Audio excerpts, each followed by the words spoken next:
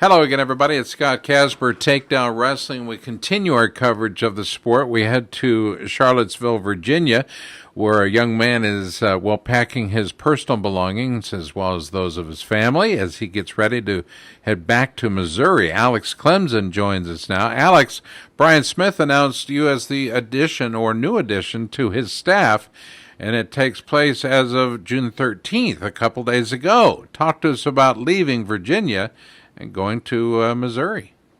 Yeah, it's kind of bittersweet. My time at UVA has been pretty special. Coach Garland took a chance on me, let me break into the coaching world.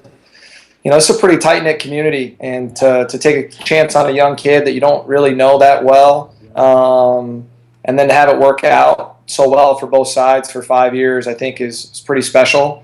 He's mentored me a lot in coaching and my personal life, and just to help me on my walk with faith. And so it's hard leaving in a lot of different ways, but we're excited to join Brian's staff at Mizzou and get to work with just really quality people like Mike Alden and Sarah Reisman, and then of course everybody else that's involved with Missouri wrestling. And then personally, being from Moberly, Missouri, just 35 minutes up the road from Columbia, and having my whole life's family now live in Columbia, it's a pretty special fit. So it's a good move, both personally and professionally. Let me just say this: no one's ever taken a chance on you. You've always earned everything you've ever gotten. I've known you a long time, dude, and as hard as you worked at Virginia, as hard as you worked for Coach, dude, you've gotten everything you deserve because you worked for it. It's always nice to recognize people for doing good things, and you had a great boss, but now it's time to move on. So I will just add my 2 cents in. I've known you a long time. We've become close, so I just wanted to give you my opinion. Thank you. He got lucky in hiring a really great guy who happens to be an incredible family man. You had this opportunity to go back to Missouri. Let's get there. Your wife has been with you every step of the way. You've got 2 young kids, and an opportunity to go back home. Now your dad is out there in Virginia, and I'm sure he'll probably move back to the Midwest now here pretty quick. But now you're heading back to very close to where you grew up. What's that going to be like for you? Oh, geez. I was telling somebody the other day, it was like I was dreaming. Somebody was going to pinch me, and I was going to wake up, and it wouldn't be all bad, if we woke up and it wasn't true. But I'd sure be disappointed, I think, more personally than anything. I know my wife would be pretty devastated. She's pretty emotionally attached. We grew up in a little different family setting. You referenced my dad moving around a little bit. So growing up, it was a little different childhood than what Lindsay had. I was in 7 different school districts in 4 different states growing up, and finished up there in Moberly the last 6 years of my life, and before I left for college. And so that still is home to me. That's what I consider home to be. It's when I tell people I'm going home, that's what I talk about. But my wife, that's all she knows is Moberly, Missouri. And now her family being in Columbia and getting to be home with literally all the aunts and uncles within a hour drive, and both grandma and grandpas within an hour drive, and her entire immediate family there in Columbia. It's pretty special. And then my 2 high school coaches are both still involved in that high school that I wrestled for. One is the head principal, and one's still a teacher and coach. And I keep really good contact with both those guys. And of course, Nick Perler, who helped me out a lot in high school, is in St. Louis, and he does one night a week in Columbia. So it's just great to be able to reconnect with all those people on an even deeper level, and just grow those relationships that are so near and dear to my heart. Now, if you want to give credit for someone taking a chance on you, I mean, you weren't that great a wrestler, and you ended up at Edinburgh. I'm teasing. I'm teasing. That's true. You were a really good wrestler, but I go back to 2002, I think, or maybe even '01. But your collegiate career, nice job there. 121 and 35, a 4-time NCAA qualifier, All-American as well. And a graduate at Edinburgh. Education has become paramount to you. I mean, the wrestling experience is almost a means to the end, and the end for you with your student athletes is a great education. Can you describe that, why that's so important? There's very few guys like Jordan Burroughs and Jake Varner who can, really sustain themselves with a high quality of living wrestling. And that's unfortunate. But it's the economic reality of American wrestling right now. And so I just tell kids all the time, when we're recruiting them, you've got to really think about, not just what school you're going to go to, but what you're going to study, because when you get out, you're going to have not just the next 4 or 5 years to worry about, but the next 40 to 45, 50 years. And it's hard to see that as an 18-year-old kid or 17-year-old kid. And I think sometimes it's even hard for families to see that. And you just really try to make sure that the kids and the families know that you have their best interests in mind. And sometimes that means not attending your institution and helping them find the right fit for them. And I think more times than not, that's helped, my own personal recruiting efforts and the institutions I've been fortunate to be a part of, whether it was Oregon State, Coach Zaleski and Coach Steiner, here at Virginia with Coach Garland. We really talk to families about, making the best choice, not just for right now, but for their futures. And I guess that would lead me going back to, while you were a 3-time state champ in Missouri, why was Missouri not your ultimate goal? Oh, jeez. I knew this was going to come up. No, Brian, I mean, you said nothing's out of bounds or nothing. No. We seem to be having some technical difficulties there. Alex Clemsen, our guest. I don't want anyone to think that Alex is not going to answer the question. Oh. So, Alex, go ahead. Continue on.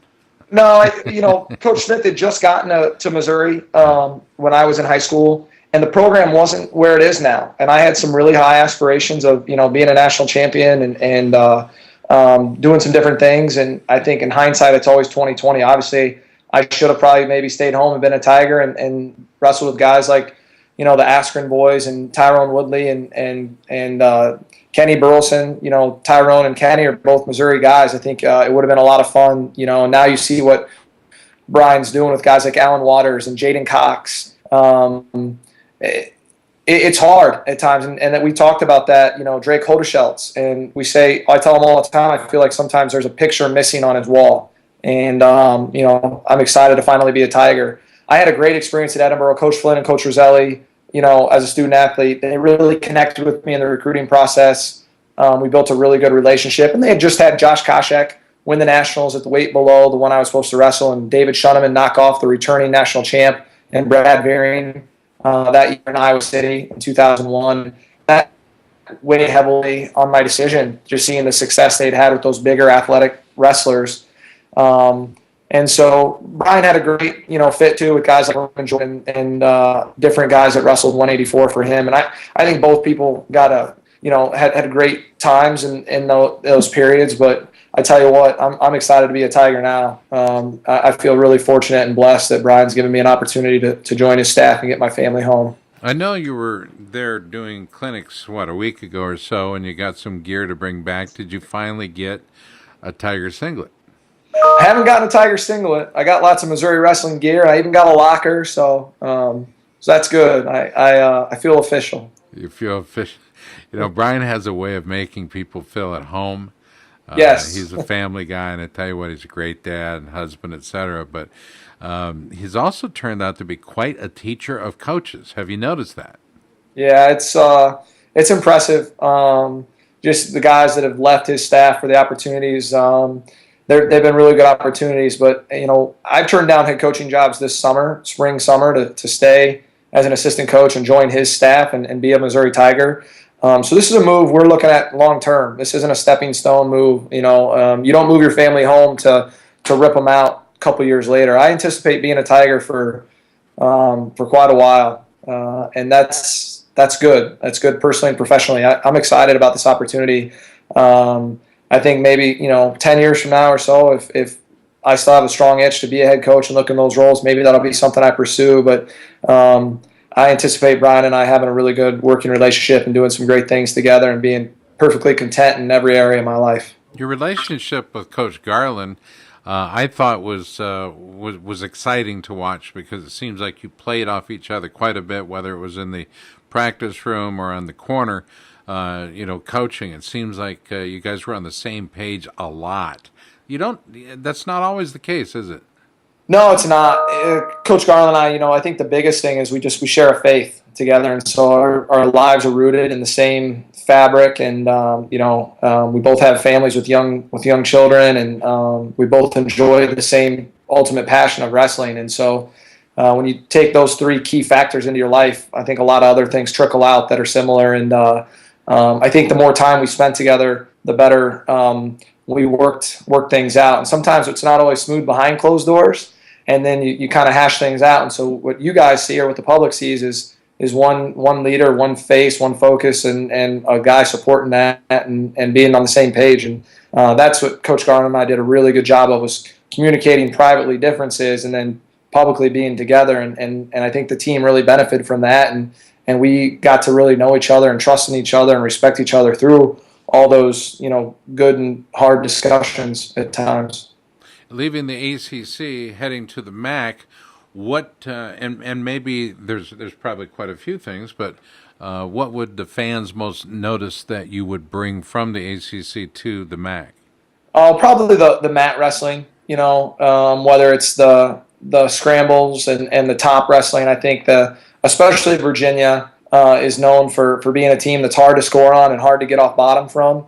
And I think just personally, my style fits in really well with Tiger style, with Brian's Tiger style, whether it's being in shape and being aggressive and liking to score a lot of points offensively. I think those are things that will mesh really well. And then I think I can bring some nuances in defense and on top that can help, make, Missouri wrestling even more dynamic. It's a tradition of success you've helped to build there. And let's do it by the numbers. 38 NCAA qualifiers, 6 All-Americans, 8 ACC champs at Virginia. Nice job there. Number 11 in the nation during the 2012-2013 season. And I think that's the program's best ranking ever. Yeah. So with your assistance, obviously you had some high water marks. Remember the battle you guys had with then number 9 Central Michigan. That was the first time the program ever beat a top 10 opponent. There's so many firsts, but legitimately, you leave the program in better shape than when you got there, and that's hopefully, I'm sure, what Brian Smith is looking for as you head to Missouri. Agree or disagree? Yeah, I think so. I think that's probably the thing I'm most proud of at my time at Virginia, besides just impacting student athletes positively on and off the mat. Making sure that the student athlete experience is a good one. And I think because of that, the results have followed, whether it's all those program firsts or wins or the academic achievements we made. And I think Brian's looking for some stability. He's had, you've mentioned some of those guys going on to great opportunities for themselves. I think, he's two things he wants to see is, continued success and have a little more stability in his staff. And I know that I'm going to bring both of those things to him, and I think he sees that as well. And so, I'm just excited to kind of get there and get my wheels going. Right now, I kind of feel like I'm in floating in space a little bit right now. You're in transition. It's tough to go from being a Moberly senior standout to being a guy that's between jobs. Alex Clemsen has been our guest. Before we go, I think it's only fair to recognize Lindsay. She's done an outstanding job, not only as your wife, but the mother of your 2 kids. She could probably care less whether or not her kids are members of Whoville or are Who's. But Peyton and Porter, are you sad you're going to deny them an opportunity to grow up at the foot of the home of Dr. Seuss? Our time in Charlottesville has been pretty special. It's a really nice place to live. It's a great place to raise a family. It's very affluent. Education is valued extremely highly here. It's very safe. It's hard to leave. We made some really good relationships, but I'm pumped home and that Midwest flavor a bit, and grow up, like Lindsay and I did in a small Midwest town with family nearby. I think it'll be a fun thing for everyone. I think you're bringing with you some incredible values, Alex. Glad to have you as a friend, bud, but more than anything, proud of the coach you've become, proud of the dad you've become. Outstanding hire by Missouri. We're looking forward to seeing the difference that you make, not only at the Hearn Center, but in the lives of the young men you're going to be coaching. Congratulations on your new position, and we'll look forward to seeing you at Mizzou. Thanks, Scott.